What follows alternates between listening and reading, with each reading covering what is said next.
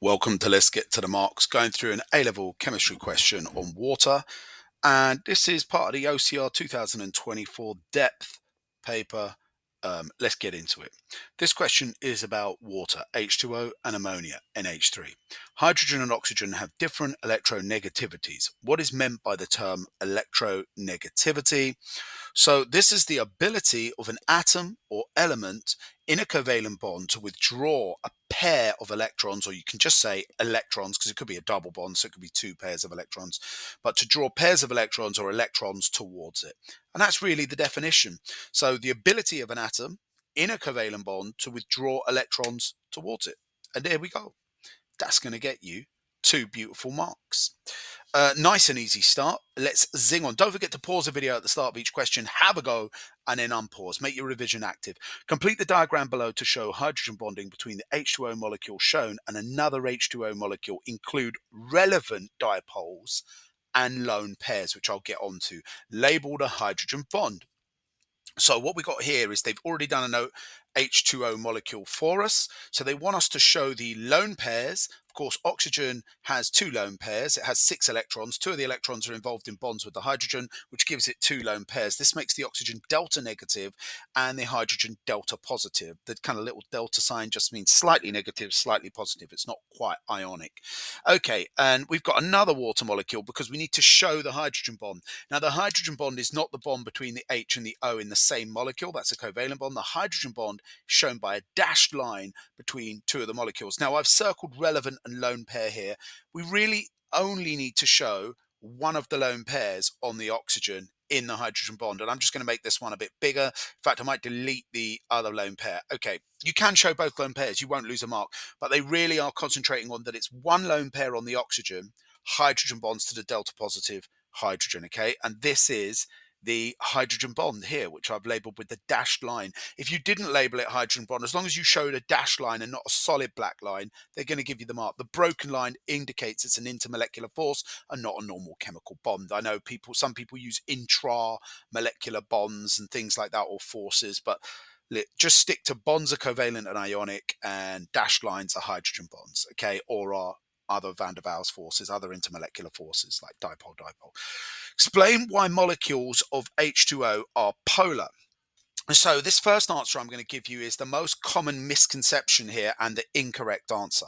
But it sounds really good, and it is the oxygen atom is more electronegative than the hydrogen atom. If you go on the Pauli scale, the oxygen is the second most electronegative element in the periodic table behind fluorine. So it's going to withdraw the electrons towards it because there's a big difference between oxygen and hydrogen in their ability to pull electrons in. And so I'm just explaining that's what makes H2O polar. But this would be the incorrect answer. This would be the perfect answer if my question was, why is the OH bond a polar bond? And it's going to be because of my diagram here. I'm showing you the pair of electrons in that covalent bond, the dot and the cross, are withdrawn closer to the oxygen, making the oxygen delta negative and the hydrogen delta positive. And you'll be like, boom, that gets me the mark. But really, I've answered the wrong question. The question actually there was, why is the molecule polar, not why is the bond polar?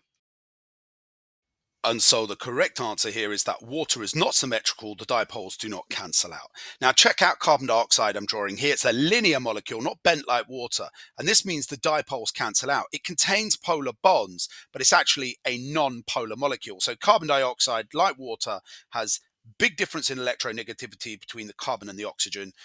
So it should be polar. However, it has polar bonds. So the same answer would be perfect here. I'm circling in red for carbon dioxide, but it's not a polar molecule. So this is the perfect answer for what we're explaining here. This explains why a bond is polar, and it's because there's a difference in electronegativity between 2 atoms in a covalent bond. So the more electronegative atom withdraws electrons towards it, making it slightly negative, and the other one slightly positive. So that's the perfect explanation if you're asked why a bond is polar.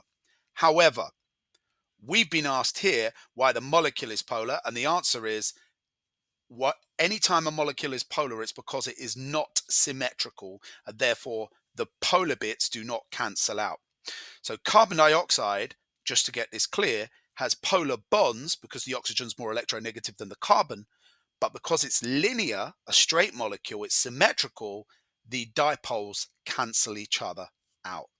And so this overall is a non-polar molecule with polar bonds. Just to clear that up, probably hammered that a little bit too much. Let's move on to the next question.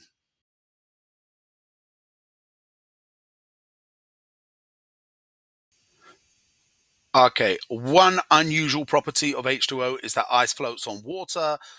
Explain why ice has a lower density than water. So you all know if you stick an ice cube in your drink, Coca-Cola, water, whatever, it floats. It don't always sink to the bottom. Why is that? That's because solid ice, solid water, unusually has a lower density than liquid water. The reason for this, you can probably guess if you don't understand it fully, and you don't need to really know a full explanation. It's just because of the hydrogen bonds. They allow the water molecules to spread out within the lattice structure. So the hydrogen bonds allow the water molecules to move further apart, which decreases the density. Now, solid ammonia, NH3, also contains hydrogen bonds. Explain why solid ammonia has a lower melting point than ice. So ice melts at 100. Ice melts at 0. Don't know what I'm on about. But ammonia melts lower than that. Why is it? Let's look at the two molecules, and this is a suggest. So you're going to apply your knowledge here and see what the differences are. Yeah, there's a hydrogen bond between the delta positive hydrogen and the lone pair on the nitrogen atom, very similar to water. We can see the difference with water is that we have an oxygen instead of nitrogen. And so our hydrogen bond is between a lone pair on the oxygen and a delta positive hydrogen on the adjacent water molecule. So what's the difference? They both have a hydrogen bond. What can we infer or suggest? The fact that water melts at a higher temperature, has a higher melting point, what can we say about the difference in the hydrogen bond? The water must have stronger hydrogen bonds, because when you melt something, you're breaking intermolecular forces, not chemical bonds, unless you're dealing with a lattice. So we're breaking, we can definitely tell the hydrogen bonds in water are stronger. But why? Well, you might not understand why, but what is the only difference between the nitrogen and the oxygen? Oxygen is more electronegative. It's closer to the top right of the periodic table. It's the second most electronegative element behind fluorine. So nitrogen is the third most. So what we're looking at here is oxygen is more electronegative. One of the other differences that will get you the mark also is that nitrogen has one lone pair. It's in group 5, 5 bonded electrons and one lone pair. Oxygen in group 6 has 2 bonded and 4 electrons, so it has 2 lone pairs. So you will get the mark for your explanation to say, well, oxygen's got 2 lone pairs compared to nitrogen's one. All right, don't forget, guys, pause the video at the start of each one, have a go. When ammonia dissolves in water, ammonium ions NH4 plus are formed. Draw a dot and cross diagram to show the bonding in an ammonium ion. Show the outer electrons only.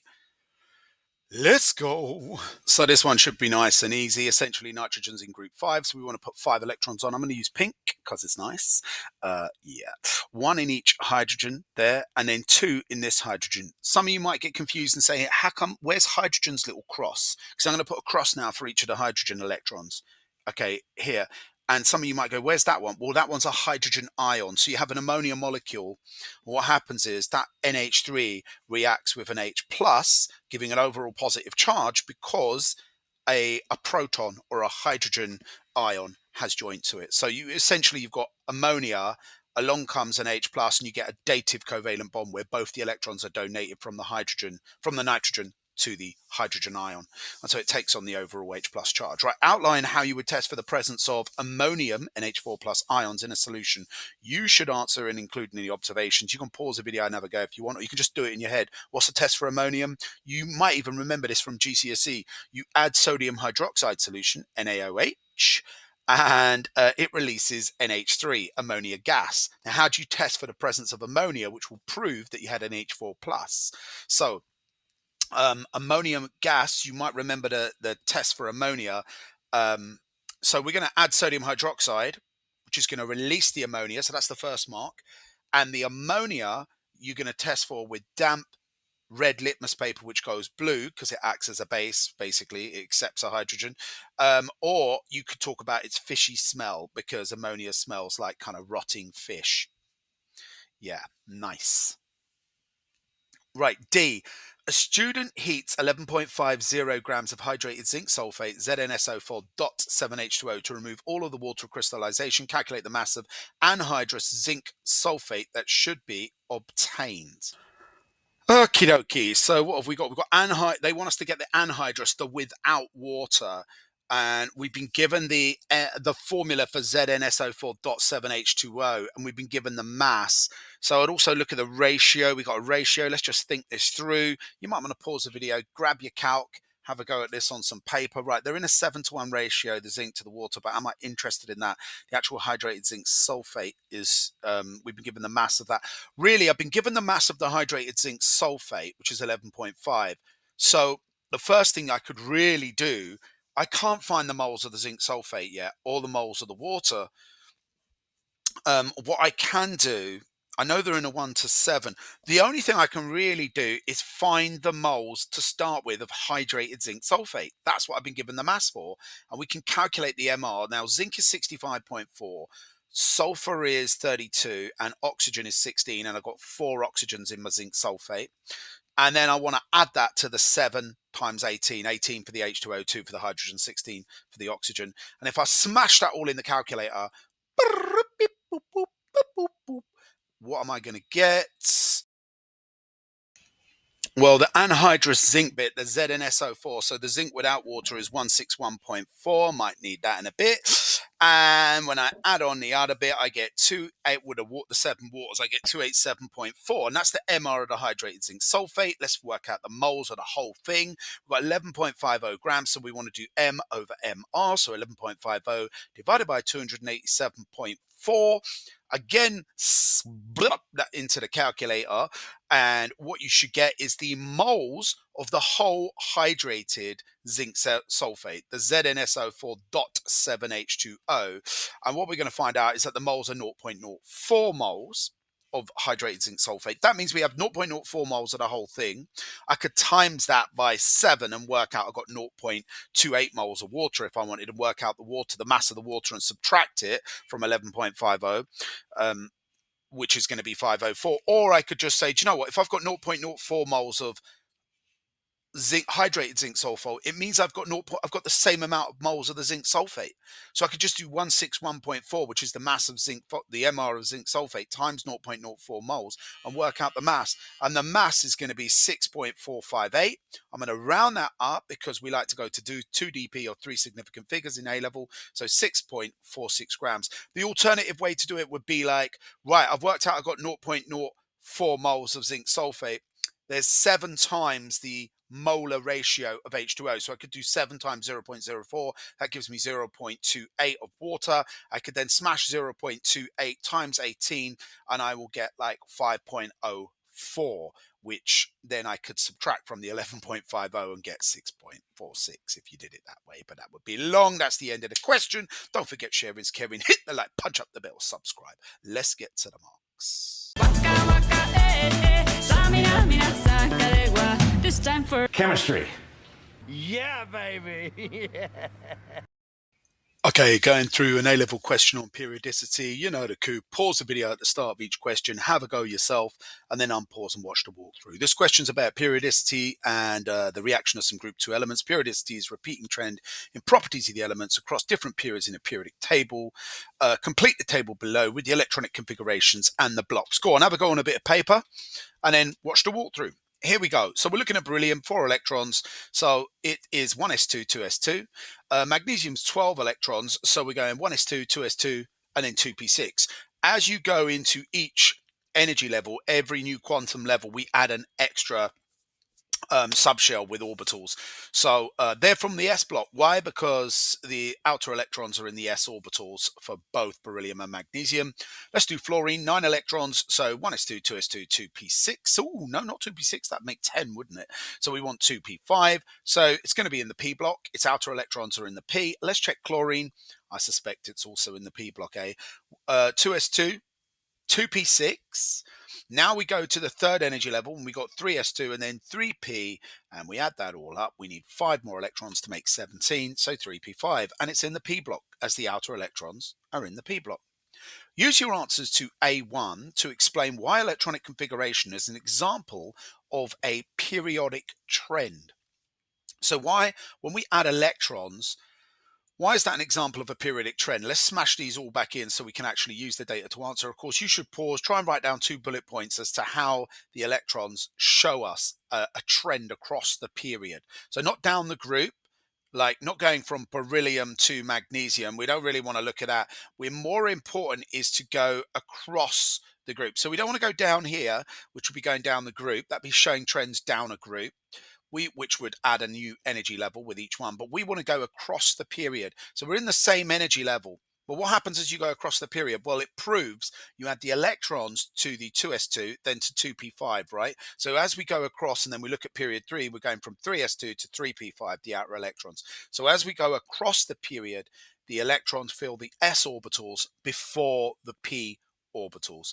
And we can show this by the electrons going, the outer electrons going into the 2s, and then as you go across the period, the electrons are being added to the p. So there we go. As we go across the period, electrons are added to the s orbitals first and then the p orbitals.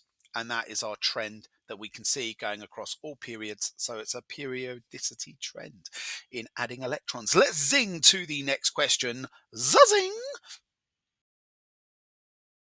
Magnesium forms 2 plus ions, but chlorine normally forms 1 minus ions in their reactions. Explain why.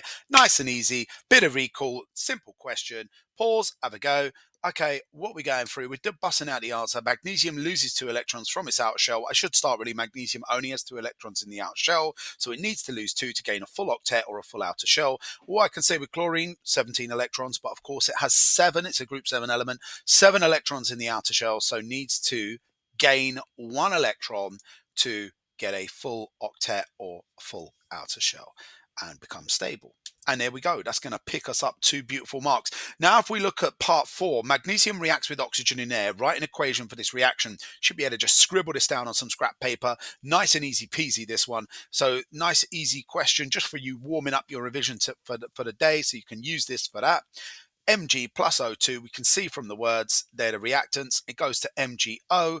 We need to balance it, 2Mg and 2MgO. How do I know that the formula for MgO is just straight MgO 1 to 1? Well, magnesium's 2 plus, oxygen is in group 6, so 2 minus. So they are going to react in a 1 to 1. They're going to form a compound with a 1 to 1 ratio of the ions. Okay.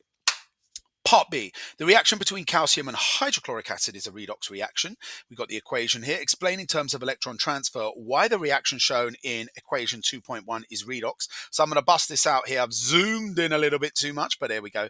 Calcium, when it's in its elemental form, is 0 oxidation state, and then +2 when it is reacting with chlorine, because chloride ions are -1. So calcium's group 2, loses 2 electrons. So what we can say here is calcium is group 2 element, loses 2 electrons to go from an oxidation state of 0 in its elemental form to +2 as a calcium ion. So 0 to +2, it's lost 2 electrons. What's happened? It's been oxidized. How do you remember that? Hopefully you guys can remember the kind of oil rig, which is the way that people remember the reduction and oxidation terminology. So if we look at hydrogen, hydrogen is +1 when it's hydrochloric, and then when it goes to hydrogen elemental form, it's going to be 0. So +1 to 0, a little bit harder, but it's gone down towards a more negative situation. It has gained an electron. So +1 to 0, it's gained electrons, or it has gained an electron. It has been reduced. Reduction is gain from oil rig, or you can do the Leo grrr if you prefer that. Yeah, loss, electrons, oxidation, grrr, gain, reduction. Alrighty then. A student plans to add 0.01 mole of calcium to 120 centimeter cubed of 0.1 mole per decimeter hydrochloric acid aqueous. When the student carries out the reaction, they are surprised that all the calcium reacts despite being in excess of the hydrochloric acid or hydrochloric HCl solution, hydrogen chloride solution. Show by, which is hydrochloric acid, show by calculation the calcium is in excess, and then suggest the reason for the unexpected result. So 2 marks for the first, 1 mark for the second. Right, we're going to go, let's do this equation. We're going to need 2 lots of hydrochloric acid, if you balance it up, to react with 1 lot of calcium. So the ratio is 1 to 2. We've been given the moles of calcium as 0.01 mole of calcium. So as I have 0.01 mole of calcium, how much would we need of hydrochloric acid to fully react? We would need, as the ratio is 1 to 2, we would need 0.01 times 2 is 0.02 moles of HCl for the reaction to be complete and for you to just be left with calcium chloride, salt, and hydrogen gas. For the complete reaction, for both reactants, that's what we'd need. However, how much hydrochloric acid do we actually have? Do we have 0.02? We now need to show that we have less than 0.02. So we can say 120 over 1,000. Why? Because it's centimeter cubed. That's volume. I need to turn it into decimeters. And volume times concentration is equal to moles. Check the triangle. Learn it off by heart if you don't know it. So I want to do 120 divided by 1,000, which is 0.012, times that by 0.1, and I'm going to get 0.012 moles of HCl. So do we have 0.02? No. We've got less. We've got 0.008 less. You can work that out by going 0.02 minus 0.012. We're short of hydrochloric acid. We're 0.08 short hydrochloric acid. We could have also worked out the hydrochloric acid and said, look, we could have worked out how much calcium was in excess, because we could have done, look, I got 0.012 of hydrochloric acid, divide that by 2, I need 0.06 of calcium. I need 0.006 of calcium, and I've actually got 0.01. So I've got 0.004 excess of calcium. So I could have done it that way. And now for the suggest part of the question, the final question, suggest a reason why we didn't end up with excess hydrochloric acid. Well, excess calcium floating around there. Well, the reason is because remember that HCl has got the AQ next to it. That means there's H2O, and metals react with water. They form hydroxides and release hydrogen gas. So yeah, it's reacted with the water in the aqueous solution. Right, this one, the graph shows the first ionization energies for the elements lithium to beryllium and for carbon to sodium. So let's get into this. Complete the graph by adding points for the missing values of boron and magnesium. Okay, so, and then write an equation including state symbols to represent the second IE of boron. Okay, we'll check out lithium. Lithium's got 3 electrons, right? Lithium's electronic structure, it's got 3 protons, so 3 electrons. So its electronic structure is 1s2, 2s1. So let's bust out what beryllium is. Now, beryllium is the next one that they've already done for us, and beryllium has 4 electrons. So it's going to be 1s2, 2s2. It's going to be harder to remove, crack in to that orbital, that full orbital, rather than the partially filled 2s subshell. So that's going to be higher naturally. But when you check out boron, boron has got 1 electron in the 2p6 subshell. So it's got 1 electron in an orbital and a partially filled subshell, partially filled orbital. So actually it's further from the nucleus, and we say that there's increased shielding between group 2 and 3 as you go across the period. And this is the reason why. So boron is something that bucks the trend. So we've got that little dip with boron. You'll notice there's another dip between nitrogen and oxygen between group 5 and 6. That's actually to do with the extra spin pair repulsion, not to do with the extra shielding that you get between 2 and 3.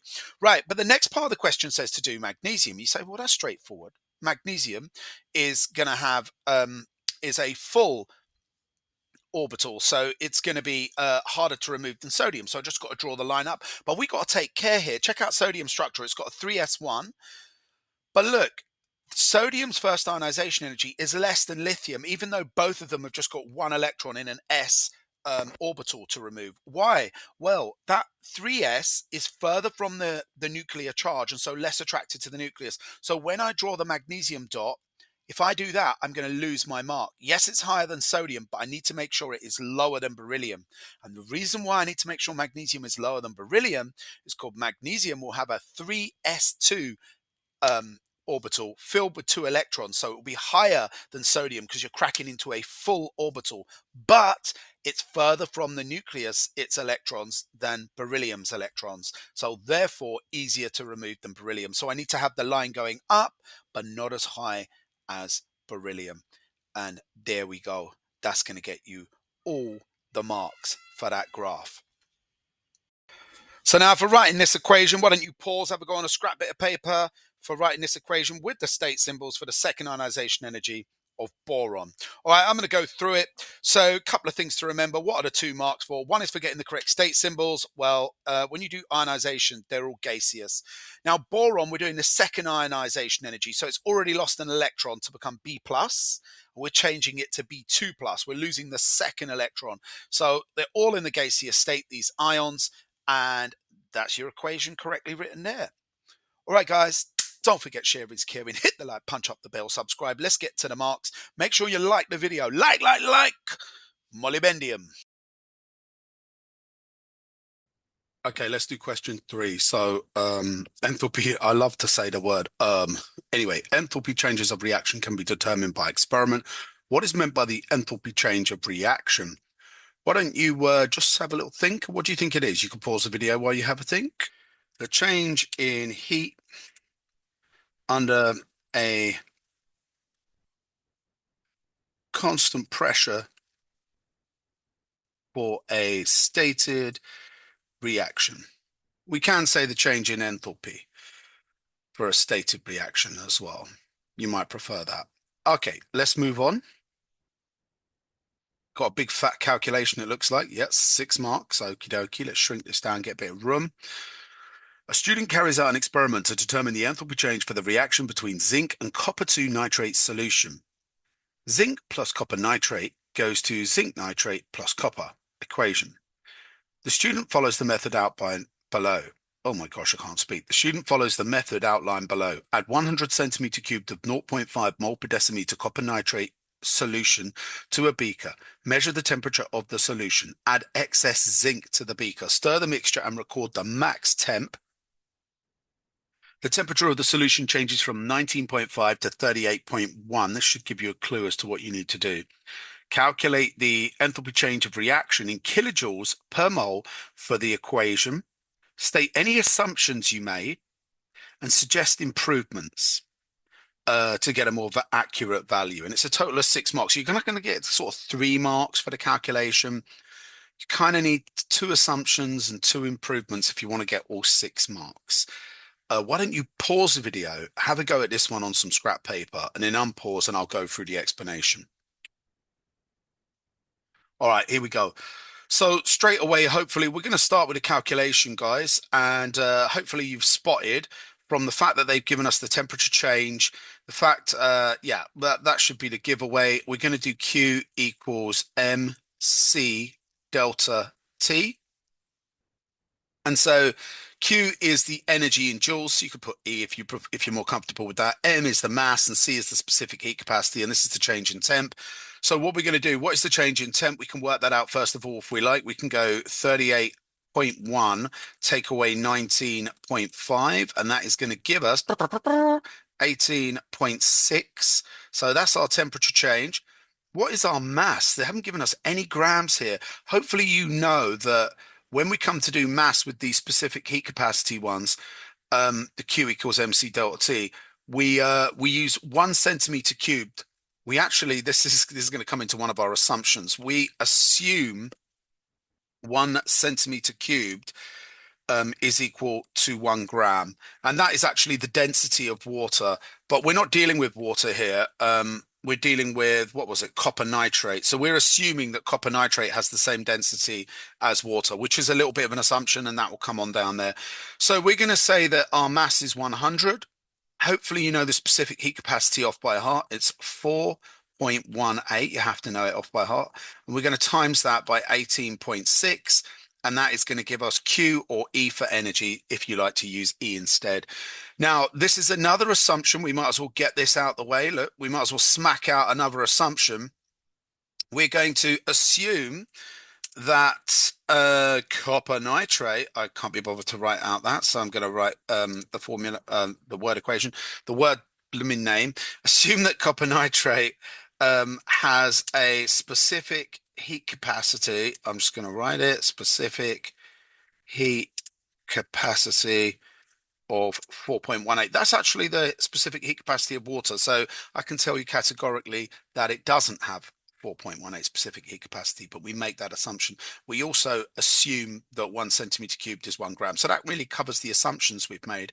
I mean, there's lots of other assumptions we make as well, but That will do. So 100 times 4.18 times 17.86. Let's smack that in the old calculator and see what that gives us. What does that give us? What does that give us? That should give you roughly 7,400, no, 7,774.8. Now, this is the important bit. This is in joules. Energy is measured in joules. You knew that. So we've calculated Q. So that's a good thing. However, we've been asked, I don't know if you can see that because it's quite small. We've been asked to work this out in kJ per mole. Anytime you're doing enthalpy, it's going to be in kilojoule per mole. So we need to convert that to kilojoules. So how do you convert 774.8 to kilojoules? Well, you're going to divide by 1,000. And if we divide that by 1,000, we're going to get 7.7748. And that is our number of kilojoules. Okay, right. We've now got our kilojoules. Beautiful, wunderbar. But we haven't got it per mole. So we need to work out how many moles we've got and then divide. That little -1 means divide by moles. So that is equivalent to old GCSE style, writing it like that. So we need to do kilojoules, which we've done. And we need to divide this by N. So we need to find out N. And if you look at the data we've been given, we need to use this equation, which is N over C times V. And the conch is 0.5 and the volume is 100. So we want to do 0.5 times 100. However, 0.5 is the conch. We want to times that by the volume. The volume is 100 over 1,000. Why? Because we need to convert to decimeters. So in chemistry, we always use decimeters. So essentially, we're doing 0.5 times 0.1, and that is going to give us, we're going to have 0.05 moles. So now we can just do that divided by 0.05. And that is going to give me 155, and I've got like point, I don't know if that's not, I can't even, my eyesight's so bad. It's something like 155.496. Now, at A level, we like to go to three significant figures. So as that is less than 5, I'm going to make that 155 kilojoule per mole. Now, one more thing, which is really easy to forget here, is we have to state whether this is exothermic or endothermic. How do we know if it's exo or endo? Check out the temperature change. It went from 19.5 to 38.1. So the temperature went up. And if temperature goes up, it's exothermic. And that means we need to put the minus symbol in front. And so that is our answer for the calculation. Now, that's probably what we've written so far is pretty good. But if we miss out some of these, we may be limited to only getting 1 to 2 marks. Even if you've done this fat orthogonal equation, you give yourself a big pat on the back, you might not get all of the marks, or you might not even get half marks because you basically have had a go at each of these to kind of get the first level of marking on the mark scheme. So state an assumption. You need at least one assumption and one improvement, and then this fat calculation, and you get like 4 marks or 5 marks. But you really need 2 assumptions and 2 improvements. Now, I've already done the assumptions, so I'm not going to bother with any more because I already went through them. So these are the assumptions. Now, improvements, we're going to get heat loss, right? So we're not going to get very accurate temperature change. So we might say use a polystyrene cup and a lid to reduce heat loss. I don't know if a heat shield would do, but so we want to reduce heat loss, and that is going to get us a mark for improving.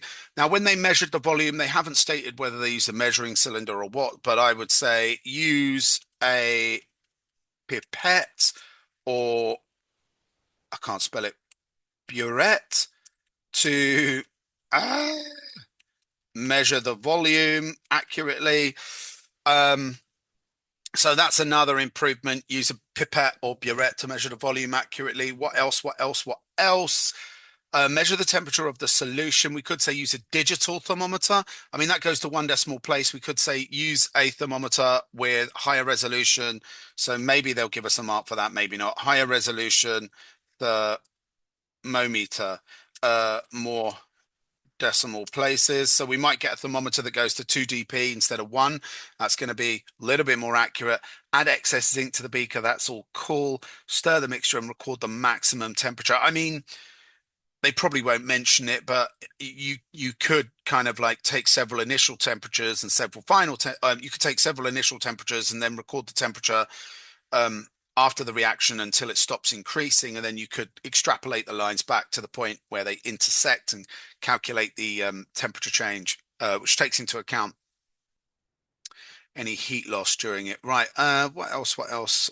What are we doing? What are we doing? I think that's enough. You get 6 marks for that. We've got 2 assumptions. We've got 2 improvements. There's going to be plenty more if you check the mark scheme. And there's the calculation. All right, let's move on. Oh, no, no.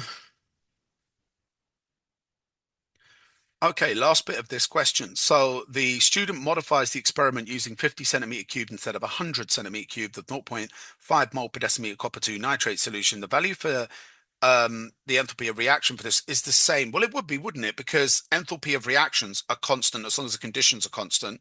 The enthalpy of reaction is standard for every fuel or whatever it is you're reacting. So just because we're using less, we should still get the same answer. Now, why would we still get the same answer?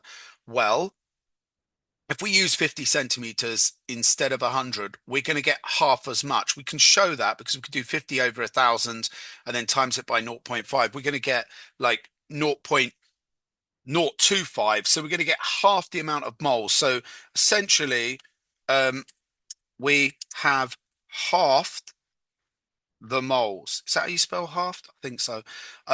That always gets me, that one. Right, because if you think about it, you're doing 50 over 1,000 times 0.5, and that is going to equal like 0.025 moles. And above, originally we had 0.05 moles. So we've halved the moles. That's going to get us a mark. And that means we've halved the mass of reactants, halved the mass of reactants. And so we're going to half the energy released. So half the energy is released. It was exothermic, remember. Uh, so the temperature goes up by half. So you might say, but how does that explain that we get the same enthalpy? Well, think about it. When we calculated the enthalpy, enthalpy is in kilojoules per mole, right?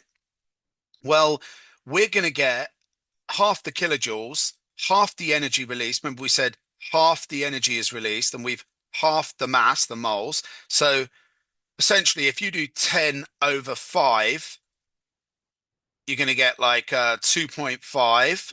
No, 10 over 5 is 2. Oh gosh, glad I'm not doing maths A level.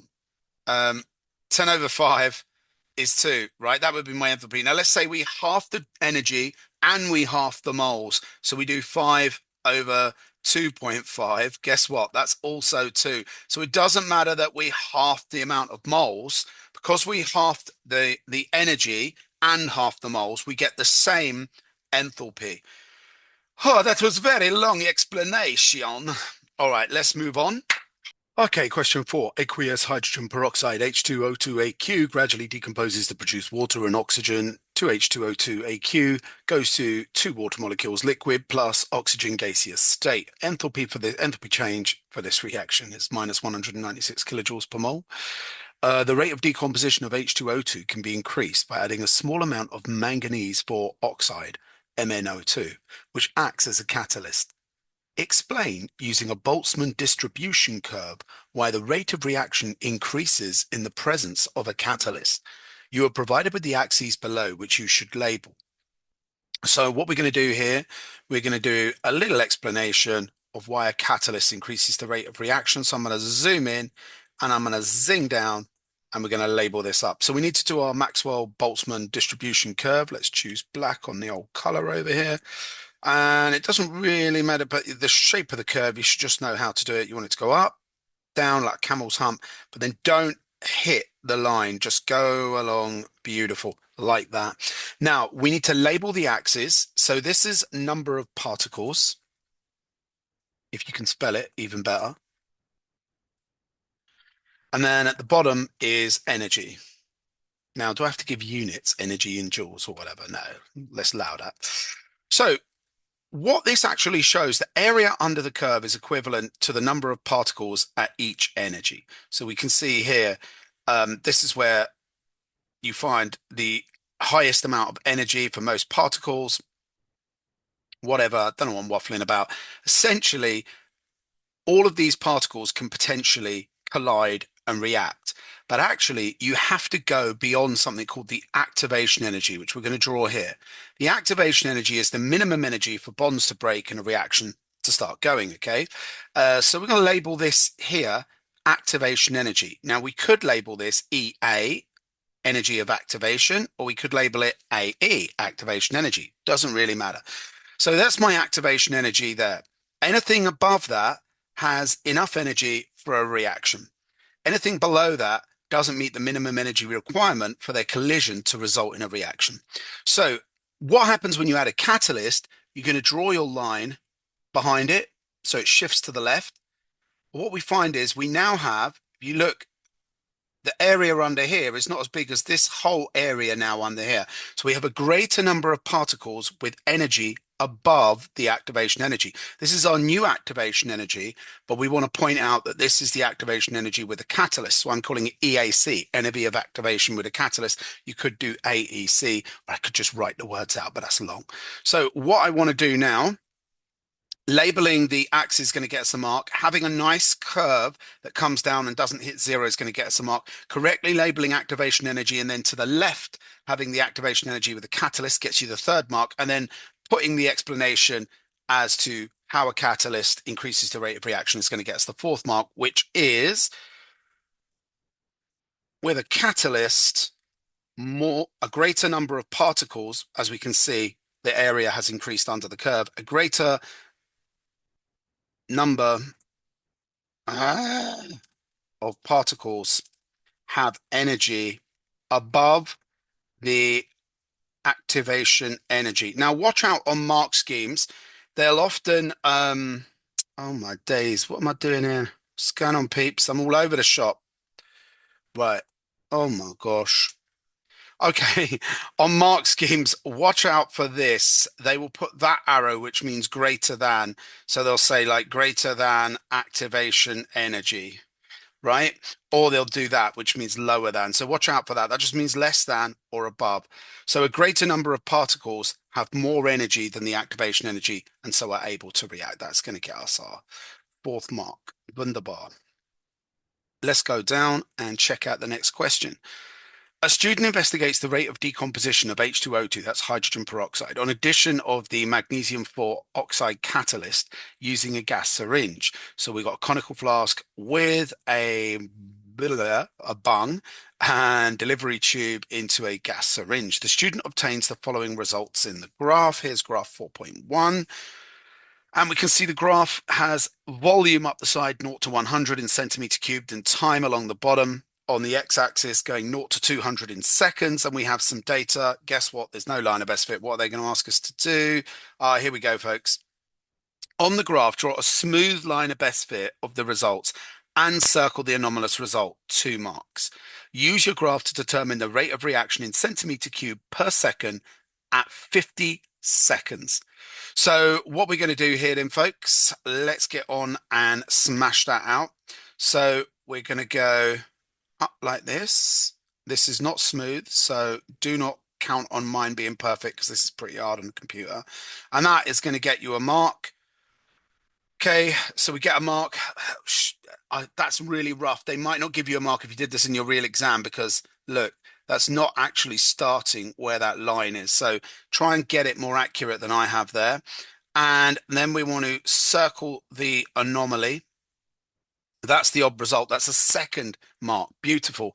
They then want us to determine the rate of reaction at 50 seconds. And I can tell you without scrolling down that this is worth 2 marks. And at exactly 50 seconds, we'll need to be calculating a tangent on the curve. Now, there's no way my eyesight can bust that out without me zooming in some serious zoom. So what I'm going to do is I'm going to zoom in and then we'll check that out. Okay, zooming in here. Let's do a little line. Yeah, maybe. And there we go. Now, what I want to do, we want to find the tangent. So I want to do it at 50 seconds because it's a two marker and it's basically can you find the rate of reaction? As it's a curve and you're finding the rate of reaction, we're not calculating a tangent. What am I writing? We're calculating the rate at 50 seconds. Okay, in centimeter cubed to the s to the -1. So we're going to use the tangent, and a tangent is a line you draw to the curve. Now, is that the best tangent in the world? Probably not. Pretty hard on computer. But what you're trying to do is make sure the space either side between the curve of the graph and my orange line is roughly equal to the eye. And then what I want to do is just pick some points that are easy to measure. So I think I've drawn, and you can draw this little like anywhere. You're going to do changing y over x, but I think this is quite easy to measure because according to mine, which is probably way out, I'm going to do let's do y first. So y is going to be 90 and then down to 50. So 90 take away 50. The change is 40. And then for x, my change for the same part joining there, and it all depends on how straight my line is to how close this gets, is going to be 60. 100 take away 40. So I'm going to do 40 over 60, and that's like 0.666666 recurring. So I'm going to put that to 3 sig fig and go like 0.67. Um, what 0.6, no, I should be, that's not very good. I should really do that to 0.667. So that was a bit poor. Okay, now let's get on to this next question. Part 3, the student uses 50 centimeter cubed of hydrogen peroxide in the experiment, shows the reaction to hydrogen peroxide go to 2 water and oxygen. Calculate the concentration of hydrogen peroxide in mole per dem at water. Right. So what we've got to do here, they've given us the RTP. We've got a gas forming. So we know that 1 mole is equal to 24 decimeters or 24,000 centimeter cubed for the gas. What we want, of course, you can pause the video and have a go, but I'm just trying to speed through now. I'm losing me energy. So I can do 90 over 24,000 because there's 24,000 centimeter cubed. I can find out how many moles of oxygen we have, right? We've got 90 centimeters of oxygen at room temperature and pressure. That means we have 0.00375 moles of oxygen. Now you might be confused by that because you're used to using 24 decimeters. So what I've got to do there is go 90 divided by 1,000 to get 0.09 decimeters, divide by 24 decimeters, and you'll see it's the same amount of moles, 0.00375 moles of oxygen. Now I go to the equation and we use the stoichiometry. I love that. Ratio of 1 to 2. Okay, so we now know that the ratio of hydrogen peroxide to oxygen is, well, oxygen to hydrogen peroxide is 1 to 2, right? So that means I'm going to make 2 lots of hydrogen peroxide for every lot of oxygen. So I'm going to have 0.0075 moles of hydrogen peroxide. We've been asked to calculate the concentration, so we need to use the equation N over CV. We need to find C, so we're going to cover that up in our little magic triangle. We're going to do N over V, and we have the moles of hydrogen peroxide, which is 0.0075. We're going to divide that by 50 over 1,000, which is the same as saying 0.0075 over 0.05 decimeters, and that is going to give us the concentration of 0.15 mole per decimeter. And we're going to get 1, 2, 3 marks. Lovely. 3 is the magic number. A student plans to compare the rate of decomposition of hydrogen peroxide using different metal oxides as the catalyst. So this is GCSE style, people. What are the factors that affect rate? We're changing the catalyst, but what? Think about your GCSE. What affects rate? Temperature. You've got the mass of the catalyst, the surface area. So it'll be the surface area of the catalyst, i.e. use powdered catalyst each time. Use the same mass of metal oxide catalyst each time. Use the same concentration of hydrogen peroxide, but don't spell it like that. Concentration, and that'll get you the marks. Any 2 of those 4 things. Lovely.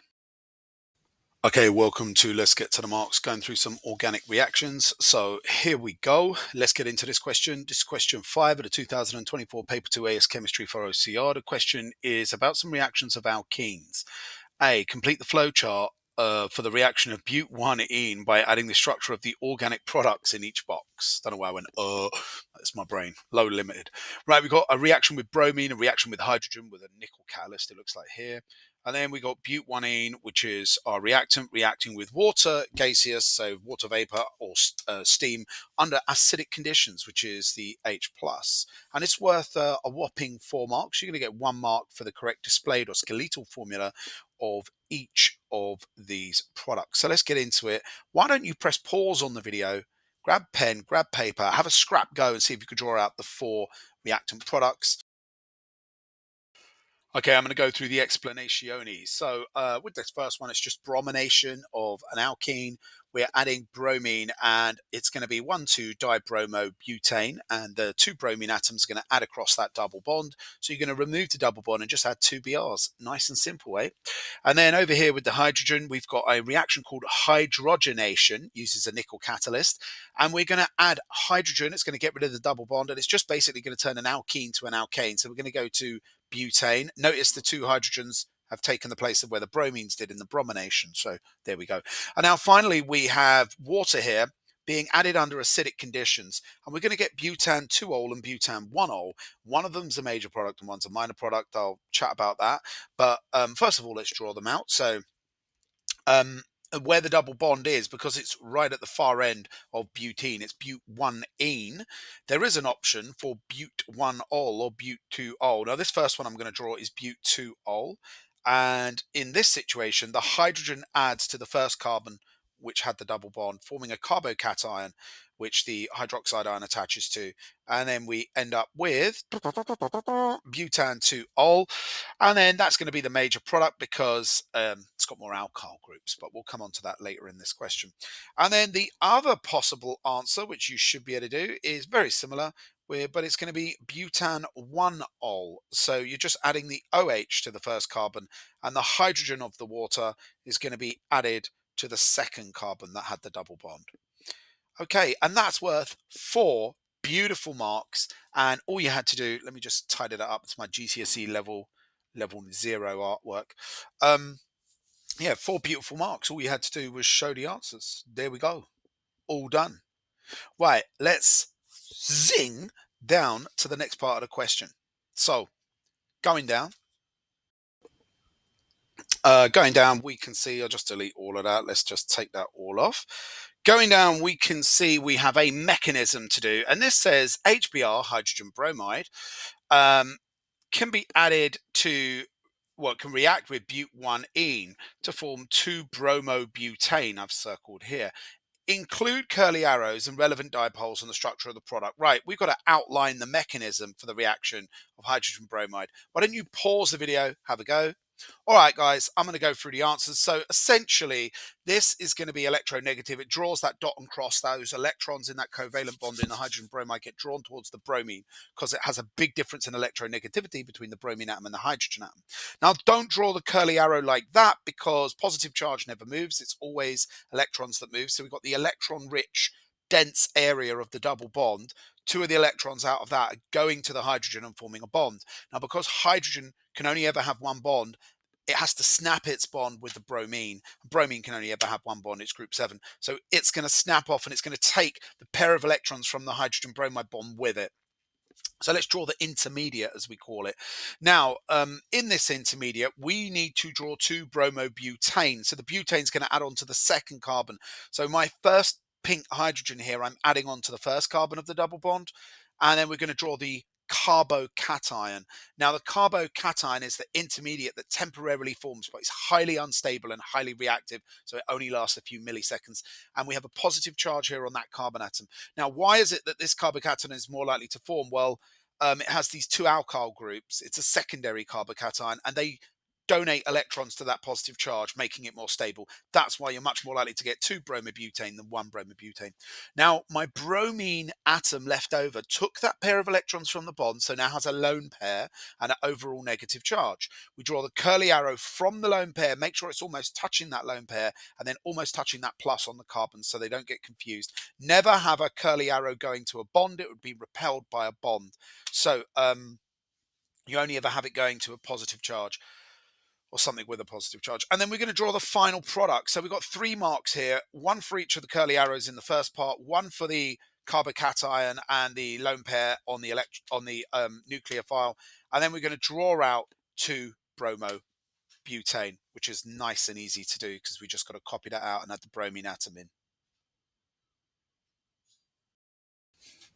And there we go. That is 2-bromobutane. Lovely jubbly. I've got another video just like this one on addition of alkenes. You can check the link there. Anyway, let's zing on to the next question. The next question says, during the reaction, a small amount of 1-bromobutane is also produced. Explain why 2-bromobutane is the major product. So I kind of already went through this with the alcohols, but why is it that this one that we've drawn here, the 2-bromobutane, is the major product? Well, let's have a little look as to why 2-bromobutane is the major product. Okay, 1-bromobutane will be formed like 10% will be 1-bromo. Well, if you look here, the carbocation at the top here has 2 alkyl groups, R groups or alkyl groups, and alkyl groups are electron releasing or electron donating. And this means they make the positive charge, they reduce the positive charge and the instability on the carbocation. And so the major product forms because it comes from a more stable carbocation, sometimes called a secondary carbocation because it has 2 alkyl groups. And alkyl groups are electron releasing. So it has more alkyl groups than the carbocation that forms the minor product, which is 1-bromobutane. The 1-bromobutane is a primary carbocation. It only has 1 alkyl group, so 1 electron releasing group. And here we go. This time for chemistry. Yeah, baby. Yeah. Welcome to Let's Get to the Marks, going through an organic analysis chemistry A-level question. Let's go! Press pause, guys. So, compound X is an organic compound with 2 functional groups. Compound X has a percentage composition by mass of carbon, 40.91%, hydrogen, 4.54%, oxygen, 54.55%. Compound X does not decolorize bromine water. So I'm going to put some notes on the sides here. We know it's got 2 functional groups. That's key. A scientist analyzes compound X using mass spectrometry and infrared spectrometry. We need to, for 6 marks, identify X and come up with the formula and put all of our data down. Let's see how many marks we can get. You might want to grab some scrap paper, have a go at this first part. I'm going to go through the first couple of bits that we can do from this screen, and then we'll move on to the next screen, try to piece it all together and see how many marks we can get. So pause the video, have a go. Okay. First thing we can work out from this, we can work out the empirical formula that's going to score us a mark out of 6 marks. So 40.91 divided by the atomic number divided by the mass number of each element. So 40.91 divided by 12 gives me 3.41 for carbon. 4.54 divided by 1 for hydrogen gives me 4.54 for hydrogen. And for oxygen, we're going to do 54.55% divided by 16 equals 3.41. We're then going to simplify by dividing by the smallest. So we get 1 to 1.33 to 1. Don't forget with oxygen, it's not as an oxygen gas. It's not 32. It's not O2. It's part of a compound. So you're always going to do 16. All right. Yeah, so the empirical formula is if we multiply these all by 3, we're going to get them into roughly whole numbers, and we're going to get carbon is 3, hydrogen 3.99 rounded up to 4, right? It's basically 4, and oxygen 3. So we've worked out our empirical formula. That has scored us a mark. So C3H4O3, the empirical formula's got us a mark. Now what we can tell also, what else can we tell from the information on this first screen? So let's have a little look what else we can discover. Compound X does not decolorize bromine water. That means it stays orange. What does that tell you? There are no CC double bonds. And you might say, well, how does that help me? Well, it helps us later on when we look at the IR spec. So I'm going to come over here to the data sheet. We'll look at the IR spec for where are alkenes? Where are alkenes? There we go. 1620 to 1680. So if we get any clashes and we start to think, is that a double bond around 1680? It's not. There are no double bonds in this molecule. Oops, wrong paper. Here we are, back again. Right. What are we going to use now? We're going to look at the mass spectrum and find out what can this tell us. The key here is to piece it all together and put your data down. We've got the M peak here, the final line. You do get an M plus peak sometimes, but that's for isotopes and not of interest here. So 88 is the M peak. Let's add up our empirical formula, see what it is. If it's 44, then the molecular formula is double. But if we add this up, 3 times 12 is 36, plus 4 for the 4 hydrogen, plus 16 for the 3 oxygens, we get 88. And that tells us that the molecular formula is also the same as the empirical formula. So C3H4O3 is the molecular formula as well. Boom, we've pieced that together. Isn't that wunderbar? Right, so now we know that the total molecular mass, the MR, is 88. We're going to score more marks for that. Okay, super. We're going to come back to this mass spectrum, okay, because there's other things we can work out from the mass spectrum to do with the specific structure. But I want to look at the infrared data table that they've given us as well, because we're going to learn more things from this infrared data table, and then we're going to go back to the mass spectrum and confirm. I'm going to shrink this down because what I really want is my IR spec and my mass spectrum together on the same page so that I can analyze them both and make any additional notes that I need to make here. Okay. So we've got the IR spectrum of X. Remember that was 88, the MR. And our first thing to look at the IR spectrum down here is that, what is that, about 17? I think that's about 1725. Maybe it's 1750. Not too sure. Maybe that's 1750, right? What we're going to do, we're going to go, okay, there is a bond at 1750. We need to go and check what that bond is. There is a peak, a narrow peak at 1750. Let's look at our data table. Here we go. It's an aldehyde ketone or carboxylic acid. It's a carbonyl group. Okay, so it means it's the COO bond, the carbonyl group of potentially a ketone, aldehyde, or a carboxylic acid. All right. So we now know that we've got the COO. The next, that's another mark. We're gonna be on 3 marks here, possibly 4. I think probably 3 marks at this stage. Out of the 6, we've now got a broad peak. This is a fat peak here, okay, and it is round about, I don't know, 2,800, 2,900 to sort of 3,300, 3,400, whatever. You're going to write down as evidence in your answer, oh, there's a broad peak at that range, and we're going to go to the data sheet and see what the possibilities are for that. And if we look at the data sheet, we can see that if you get a broad peak, I've highlighted it here around there, it's an OH group, but with a carboxylic acid. Is there any way it could be an alcohol OH group? No, because that peak starts at 3,200 and ours clearly starts before 3,000. So this is the broad carboxylic acid peak. You want to make a note of that, guys. Oh my gosh, where's all my notes gone?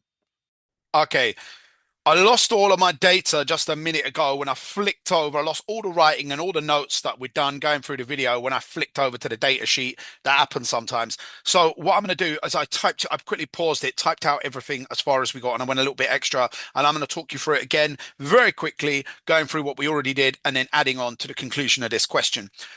So we use the empirical, and the main thing to take away from this is even if you don't get the final structure right, you're going to get 5 out of 6 or 7 out of 8. You can get like A star just from showing your working. So first of all, you show your empirical formula working, and then we simplified the ratio by we got 1 to 1.33 to 1, and then we times by 3. So what we got is 1 to 1.33 to 1. We times the lot by 3 to come up with an empirical formula of like 3 to 3.99, which is 4, and then to 3. So we got 3 carbon, 4 hydrogen, and 3. We then looked over here and saw that the MR was 88, and that's because that's the M peak was 88. And from that, we deduced that if you go 3 times 12 is 36, plus 4 for the hydrogens is 40, plus 3 times 16 for the O3 is 48. Actually, the mass of the empirical formula is equal to the MR, which tells us that the molecular formula is also C3H4O3. So we also deduce the molecular formula. We want to show that. And then we start to then check out the IR spectrum. And we saw that because it told us earlier there were no carbon-carbon bonds, which is about 1680 or something like that, that decolorized bromine, that helped the confusion. This can't be 1680, a C double bond. So it can't be that, because it didn't decolorize. So it's not that. And in fact, the only option is at 17, sort of 20, 50, whatever, you've got the carbonyl group. So we know it contains a carbonyl bond. Now, is that just a ketone or is it a carboxylic acid? Well, we come over here, and when we looked up on the data sheet, we saw that this is an OH group, but it's not just a normal OH, it's a broad peak. That means this is wide or broad. Okay, so it's a fat peak, and that fat peak means that it is an OH attached to a carboxylic acid potentially. Now, you might say, but could it also have an OH, a hydroxy group coming off somewhere else in the molecule? Well, that should have had a thinner peak here. There should be a long peak here starting about 3,200 or 300. So it would extend over a bit. So it probably doesn't have an alcohol group. It's probably definitely a carboxylic acid. And that means that it contains this. We can confirm it contains COOH because of these two facts. So you want to note that down. IR peaks, they confirm that. You want to identify what it is. Even if you can't work it out, you'd say it's got carbonyl group because of that. It's got an OH group for a carboxylic acid because of that. It's going to contain COOH. Now, we know that there are three oxygens in the formula. So, and we were told in the question, which I didn't put anywhere when I was rewriting this out, there are two functional groups. Do you remember we were told that further up in the stem of the question? There are two separate functional groups. Well, this COOH is just one functional group. So there must be another functional group, and that functional group must contain an O because there's three O's in the formula and only two are used in the carboxylic acid. So we're looking for another O. It could either be an OH, but I don't think it's going to be an OH. It could be the COO because there could be two of them here, right? So that could represent the one in the carboxylic acid and a separate carbonyl group, like for a ketone or aldehyde, sticking on there. So I'm going to piece together the formula and we're going to go back over here and we're going to say, okay, so, we could make a prediction and go, right, well, if I've said there's three carbons, well, and we're going to stick carboxylic acid has to be at one end, it can't be in the middle. And then we go, right, well, I can either put a carbonyl group there or I can put it there. Let's do an aldehyde like that, and that covers. And then we could add this up and be like, okay, three oxygens, 48, four hydrogens, beautiful, and three carbons. It fits the blooming formula and the bonding's all correct. So that would be an ideal thing. And then we say, well, can we match this with the MZ peak? So we say, okay, let's break this bad boy bit off and add up that. And look, at 43, we get this huge peak here. And how much would this be? Well, you get 16 for that. You get 24 for the two carbons. That's 40. And then we get 3 for those 3 bad boy hydrogens. That would all add up to 43. So that would make sense that you get this fragment. Now, don't forget the positive charge because these mass spectrometry, you end up with positively charged fragments. So this is going to be one of the fragments at 43. We've just identified it. Wunderbar. Now, if you have a carboxylic acid group like that, we can confirm what that would be. Look over here at 45. There is another peak there. And of course, that is going to be, this is 16, that is 12, that's 28, that's 17 for the hydroxy. I can't even add up whatever that is, 28, 38, 45. So that would be this peak down here at 45 is going to be the carboxyl group with a positive charge. So COOH plus, and that's that group. Now we piece it all together and my final formula, I'll rewrite out again for you. I'm going for this structure, but there will be multiple that you could have on the mark scheme that will add up. It's just like kind of playing around with it and then justifying it. Sometimes you come up with it and then you can look and check it on there to see does it make it. Yeah, have I got 1 2 3 4 1 2 3 4 1 2 3 4? Yeah, so that's my final formula, guys. All right, I hope you found that organic analysis useful.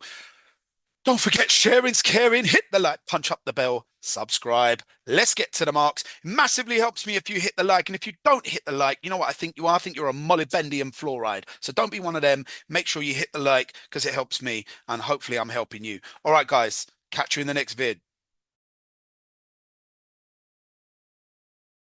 You're still here? It's over.